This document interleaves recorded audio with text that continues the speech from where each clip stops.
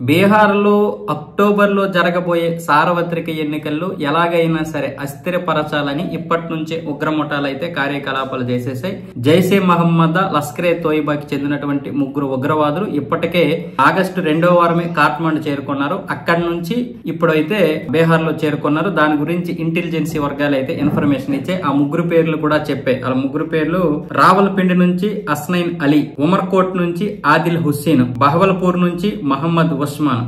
వీళ్ళ గురించి ఇప్పటికే ఇంటెలిజెన్స్ వర్గాలు అయితే ఇన్ఫర్మేషన్ ఇచ్చాయి. అలాగే వీరి పేర్లతో పాటు ఫొటోస్ కూడా విడుదల చేశాయి. ఇప్పుడు బీహార్ లో ఉన్నటువంటి అన్ని పోలీస్ స్టేషన్లకి వీళ్ళ ఫోటోలు వెళ్ళాయి, పేర్లు వెళ్ళాయి, అన్ని బయోడేటాలు అన్ని కూడా వచ్చాయి. దాంతో ఇప్పుడు పోలీసులు ఏమొచ్చేసి వీరి ఆచూకీ తెలిపితే 50,000 నుంచి ₹1,00,000 ఇస్తామని ఇప్పటికే బహుమతులు కూడా ప్రకటించారు. అలాగే హై అలర్ట్ కూడా ప్రకటించారు. ప్రస్తుతం అక్కడ రాహుల్ గాంధీ పర్యటిస్తున్నాడు కాబట్టి కట్టుదిట్టమైనటువంటి ఏర్పాట్లు చేయడం జరిగింది. అలాగే ఉగ్రవాదులకి ఎటువంటి అవకాశం లేకుండా ప్రతి ఒక్కరికి కూడా, ప్రజలు కూడా అప్రమత్తంగా ఉండాలి. వాళ్ళందరూ కూడా ఈ సోషల్ మీడియాలో ఫోటోలు అయితే అప్లోడ్ చేయడం జరిగింది. ఆ ఫోటోలు చూసి మీరు వెంటనే ఇన్ఫర్మేషన్ అయితే ఇవ్వండి అని చెప్పి ప్రజలకు కూడా పోలీసులు కోరడం జరిగింది. ప్రతి వెహికల్ కూడా ఇప్పుడైతే తనిఖీ చేస్తున్నారు. అంటే దేశాన్ని ఏ విధంగా ముక్కలు చేయాలి, దేశాన్ని ఏ విధంగా అస్థిరపరచాలి అని పాకిస్తానుడు మాత్రమే కాదు, ఈ దేశంలో ఉన్నటువంటి కొంతమంది కుహనా మేధావులు, కొంతమంది బెదవులు, కొంతమంది ఉగ్రవాద మనస్తత్వం కలిగిన వారు, కొంతమంది దేశ ద్రోహులు, వీళ్ళందరూ కలిసి కోరుకుంటేనే వాడు నేపాల్ నుంచి రాగలడు, బంగ్లాదేశ్ నుంచి అయినా రాగలడు. ఇక్కడ ఎవడు సపోర్ట్ చేయకుండా వాడు రాలేడు.